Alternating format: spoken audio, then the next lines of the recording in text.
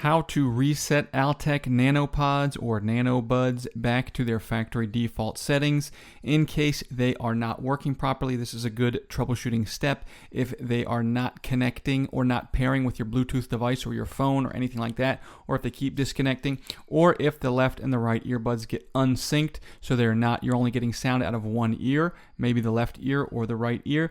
It's really quite easy to do. The first thing we need to do is we're just going to go ahead and actually take these earbuds out of the case. Once we have these earbuds out of the case, the back of each of these earbuds is a multifunction button. So what we're going to do is we're just going to touch the touch sensor on the back of both of these earbuds simultaneously for about 10 seconds. We're just going to wait and we're going to look at the little LED light on the earbuds, and when they both blink red and blue, they flash like that, that means that the earbuds have been reset. You can put them back into the case, close the case, wait about 5 seconds, then take them back out and set them up as a brand new set of earbuds.